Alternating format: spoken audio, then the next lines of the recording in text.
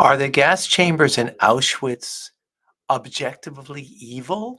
Or is it just, I believe they're evil, but, that's my personal opinion? Hmm. Well, how do you feel about that? Let's hear an amazing conversation on campus. I've seen you like talk a lot about like objective morality, and my big question is, it feels like you can make good statements and bad statements without referencing some kind of like moral book. So I can say like something is good, right? I had a good day today, and it doesn't really feel like I need to reference religion for that. Like, so can you explain to me why you think we need to have some kind of absolute standard for like morality? Excellent question. It's really good. If you say you have a good day, are you describing the experience you had, or was it morally a good day? So yeah, it would be a good day. So I can like narrow it down more, I guess. Or I can ask, I guess, like a better question. So if I don't have religion, right? Let's say I am an atheist or something, and I were to go up to, I find like two books. One's the Quran, and then one is the Bible. And I read both of them, and then I have a feeling of preference towards one or the other. That makes me feel like morality probably isn't objective because I read two moral codes, I didn't have one before, and then I derived one after reading it. But one is true. Well, yeah, obviously if you go in with the presupposition that one is true, but so clearly, let's play this out. If not, sorry to interrupt. If I'm on an island, and let's just demystify part of this, and there's the Bible, and then there's Lord of the Rings, and I end up believing in one of those, which is true? well, what's true is just what corresponds with reality. We're talking about. I agree. So which Yeah. one has evidence, and when applied in the natural world, actually shows a flourishing people and society and a way to live? Because you would agree, at least out of 8 out of 10 of the 10 commandments, they're pretty good rules for life, No, right? yeah, 100%. Of course, yes. No, but so the great. thing that I'm talking about doesn't have to do with whether or not Christianity is good or bad, or whether No, I that's agree not what with you're saying. most I know. of. Yeah, it's just regarding like, yeah, one can be true, but even if one is true, it doesn't really feel like I'm influenced in terms of what I feel is good or bad, because obviously, there are people who are Muslim who have read, the Bible and still are more persuaded by Islam. No, of course. I mean, you could be persuaded by anything, right? That doesn't. I believe that there is a transcendent way of living. I call that the Bible, right? And I believe it's the perfect catalog from creation to the end of the world. You don't have to agree with that. I'm talking strictly from a moral sense. So let's just ask a separate question, which is, do you think people are naturally, outside of religious teaching, good or not so good? The nature of humanity. The nature. I wouldn't be comfortable making a statement about That's it. fair enough, and I appreciate that. So we believe, as Christians or those in the space, human beings are pretty awful, okay? That we're broken, that we're sinful, that we fall short of the glory of God, and that we need to teach people how to be good. A common left-wing belief is that human beings are actually awesome, and they're terrific, and the reason why things are not so good is because of capitalism or the patriarchy or feminism or whatever. So you're asking a question of, why do we need objective morality? Well, or what specifically? Yeah. I got to pipe in over here. From a Jewish perspective, we actually take both sides. We believe you're created in the image of God. You have a piece of God in you. You're actually inherently good. Except that inherent goodness is not sufficient because we also have an animal soul that is very self-directed. And if it's not refined based on the higher self of the goodness that's in you, that's in the image of God, well, then, yes, you could run amok with it and, do a lot of evil things, no doubt. But we believe that there's an inherent goodness, and therefore, what we're teaching is something that is already part of the DNA of who we are, and we just need to help it emerge. So it's there, but it's not emerged unless you teach it and bring it to people. That is a Jewish teachings that is very different than what is being suggested here from either a Christian teaching or from a Western society, non-religious teachings. Let's hear some more. Yeah, so not necessarily why we need objective morality, but you seem to be, because obviously I don't believe that it's a thing, but you seem to make the claim that like Do you we believe can, that absolutely? no. Okay, good. But You're consistent. yeah, the big thing is for me, even if I have a God, there is no thing telling me like, it's just like the is-ought problem, right? That's like my big contention, right? How am I ever going to derive a claim about what I should do from only statements about the nature of being? Got it. So you would believe murder's wrong? Yeah. Why do you believe that? Because in its definition, it says it's wrong, right? It's wrong killing of somebody, or at least that's my understanding of it. Okay. So, so for example, you go to an African village, happens all the time. They leave a full-born baby by the fire. They don't want it. They discard it. It happens tons of times. Any missionary will tell you that. They just discard babies. Why? They don't believe it's wrong. It's just in their code and custom. No one feels bad about it. Just discard kids you don't want. Are they wrong? For me, yeah, they're wrong. Yeah. It's a bullet I do have to bite. Hold on. Are they objectively wrong? Is it objective? No. Because I don't believe in objective morality. So that can apply to any statement. It's not objectively wrong to leave a full-born baby by the fire and just say, you're on your own, have a nice life. Well, yeah, I'm calling into question objective morality. So I obviously have to bite I know. that I'm bullet. just trying to make you hear back how insane what you are saying. Well, you're making a claim about the objectivity of it. No, you're I know. Not making a claim about whether it's wrong. Obviously, I think it's wrong. Let's get more graphic. So you put 1,000 Jews in a gas chamber, and the Nazis thought what they were doing was good, and they pressed the button. Were they right or were they wrong in gassing millions of Jews? Objectively, you can't. Like, when you say, is it objectively wrong? Hold on, wait. If you say it's objectively wrong, you're implying that you can derive a truth value from it. And I don't think you can. So I don't think that you can. So is it objectively wrong? And where do you derive it from? Well, I don't think it's sufficient to say that you get it from a book. Because, like the student said, you read this book, you read that book, and, you're going to be predisposed to choosing which book, talks to you. And, for some people, Mein Kampf might talk to them, and other people might be, Lord of the Rings that talks to them. Another one might be the Bible. It's objectively true is because the Torah, the 5 books of Moses, or the 10 Commandments, they were given at Mount Sinai to the Jewish people, and they all experienced God giving it to them in a uniform manner. 2.5 million people were at the foot of Mount Sinai. And they experienced the same thing. They didn't have an hallucination, because when you hallucinate, you all have different hallucinations, and you come away with you might smoke the same thing, but you have a different experience. They all had the exact same experience. God said, I am the Lord your God who took you out of the land of Egypt. Shall be no other gods before you. Don't take my name in vain. Honor your parents. Keep the Sabbath. Right? Don't murder. No thievery, adultery, the laws of sexual morality. Don't covet. Don't bear false witness, and don't covet. That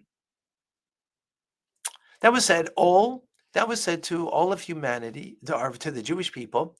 The only time that was ever experienced, any other time that a so-called prophet came in the name of God, he came in his name. It wasn't a revelation to a mass of people. That's what happened at Mount Sinai to the Jewish people. That's our historical collective claim to the veracity, the truth of God, that he came to us. And it's an unbroken chain since then till today, that we have Jewish people who have been teaching that to their children and children's children until this very day that God came to the foot of Mount Sinai and gave us this code, the 5 books of Moses, and everything else that comes with it, the oral tradition and so on. That is an objective historical fact. Oh, you say, I don't believe it. Well, why do you believe that Abraham Lincoln was assassinated? You weren't there. It's only because it's been historically been passed down from, teacher to student, parent to child, and further the veracity is written in a book. Not because it's written in a book. It's because it's an accepted claim of historical fact. Well, same thing has been passed down by teacher to student and parent to child. The fact that the Torah was given to us at Mount Sinai. Collectively, again, 2.5 million people experiencing the same thing. That's an objective truth. Let's continue the conversation. Make a true statement regarding whether something's good or bad. Got it. So just to be clear, the Nazis could have been right in their actions, in your view. That implies that right is an actual thing. I don't believe you can determine a truth value from a moral claim. So the Nazis were not objectively evil. Yeah, I've said that like 4 times. Like, yeah, you can't derive objective moral statements from like things. I'm not saying they're not wrong. Like, they are wrong. Oh. Well, no, it's okay. Yeah. No, I just want to make sure this is important, because what you are saying, and you're saying it very clearly, is that we look at the Holocaust and it's just a matter of opinion. Yeah, that's kind of the problem of being an atheist. You have to bite the bullet. I respect your intellectual clarity, and I will say... And obviously, for clarity, no. I obviously think the Holocaust is wrong. So if anyone's questioning about that, it's just your opinion. I believe that it's objectively wrong, no matter who you are or where you come from, because it transcends opinion. Do you think, last question, I appreciate your clarity on this, do you see how your view could result in a lot of dead people? Well, I don't think my view is really I'm not making a claim that we should behave in a way. No, you're making claims. Well, I am making claims, yeah, but I'm not making a claim that, like, we should behave in a certain way, or, like, that we ought to, like, not have Christianity or some kind of moral I'm not saying code. that, but let me play this out, and I think you'll understand. No, I understand, because you're going to say, well, there's all these bad things that could happen if people follow me. Or that did happen. No, I'm not following you. If your view becomes a view of a country, and, for example, putting 1,000 Jews in a gas chamber is not deemed as objectively wrong, transcendent above anyone's opinion, then all of a sudden, what would prevent that evil thing from occurring and nobody questioning it? Sure. So my main idea, I guess, with the worldview is I'm not making a claim, again, about how things should be. I'm making a claim that this is how things are. So within my, worldview, this is all fine. You can have people agreeing that things are wrong. Generally, I think most people's moral intuitions will lead them to thinking that things like murder is wrong and stealing is wrong, because it makes you feel bad, right? No, well, if I see somebody get hurt, that makes me feel bad. If you see somebody die, that makes you feel bad. Yeah, the SS guards didn't feel bad when they killed Jews, and that's okay. But do you see where this might unravel into mass murder and societal chaos? Yeah, that happens in the real world. I'm making a description about the way people derive their morals. I'm not saying how we should or shouldn't. I'm saying this is how you derive your morals. If you have 2 books there, the trueness or correspondence with reality has anything to do with your preference towards, one moral system or another. Hold on. Or maybe the true one says, don't gas the Jews. That would be, murder, that would be obviously, because God will judge you harshly. Yeah, 100%. Maybe just hear me out. Maybe the true one says that life is good and that there is a creator who loves you. But maybe, now what you're doing is you're just making claims about what you think, yeah, obviously it would be awesome if I had a moral code that everyone had to follow that agreed with I know, things if only a book existed. Yeah, I know, if only. But my entire if only point there is was that this all the amazing things book. Yeah, but my point is that no, you're being super clear. I appreciate it. Okay, yeah. No, and you're the first person ever, to your credit, to answer the atheist Nazi question clearly, which is that an atheist cannot objectively say that the Holocaust is wrong. I'm arguing against objective, the idea that... No, you're being... Usually there's some withering there. You went right into there. Well, yeah, I can't go in here and, not bite the bullets of, what my argument implies, We have clarity but not agreement. Thank you, my friend. Yeah. Appreciate it. Thank you. Thank you for your time.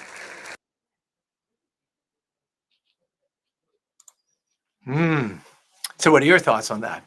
First of all, of course, what comes out of this when you don't have the objective morality is, of course, might is right. That's what it has to come out of it. But I want to get back on something that he said that God will judge you harshly if you do the wrong thing. Really? Is that the reason to do right from wrong? Is only because of the consequence. And here, Judaism takes a very different tangent, although there is a truth to that. There's no question that we are judged and there are consequences to our actions. But morality is something much deeper than that. It's not, do good and you'll get a candy in life, and you do bad, you're going to get a slap from heaven. That's a very childish way, and I think that's the way it's viewed from a Christian perspective, and perhaps from Islam too. I'm not certain there. But clearly, God will judge you harshly. I suggest that there's a truth in what that student was saying, is that morality comes from within. It's true. You know why? Because if you're created in the image of God, that means the goodness is something that you don't have to only find on the outside.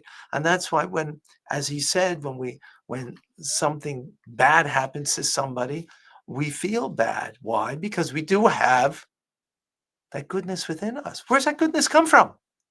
From God, as he created us. And therefore, when we're attuned to that, then we'll understand that morality is true. It is objective, but it's objectively something that we will even find in ourselves. So it's objective in a book called the Torah that was given the commandments at Mount Sinai that 2.5 million Jews experienced and passed it on from generation to generation, from parent to child, from teacher to student. So it's an objective truth outside of us, but it's also an objective truth that we find in our very soul.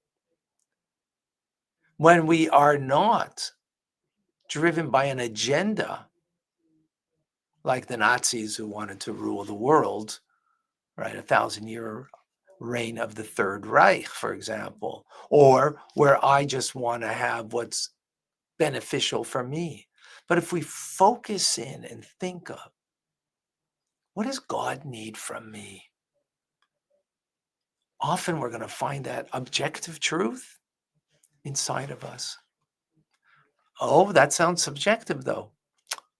In a way, but in a way, it's really objective. When you're aligned with that truth, when you're aligned with your soul that is aligned as in an image of God and as a part of God, so you can find that from within. And ultimately, the teachings that I share on a daily basis of the Tanya is about helping us to align our inner selves with the ultimate truth of God. Not in order that you should avoid a harsh punishment if you do wrong, but because you should live a good life, a godly life, aligned with the divine. Yeah, objective truth outside of us, but even more so, it's inside of every single one of us.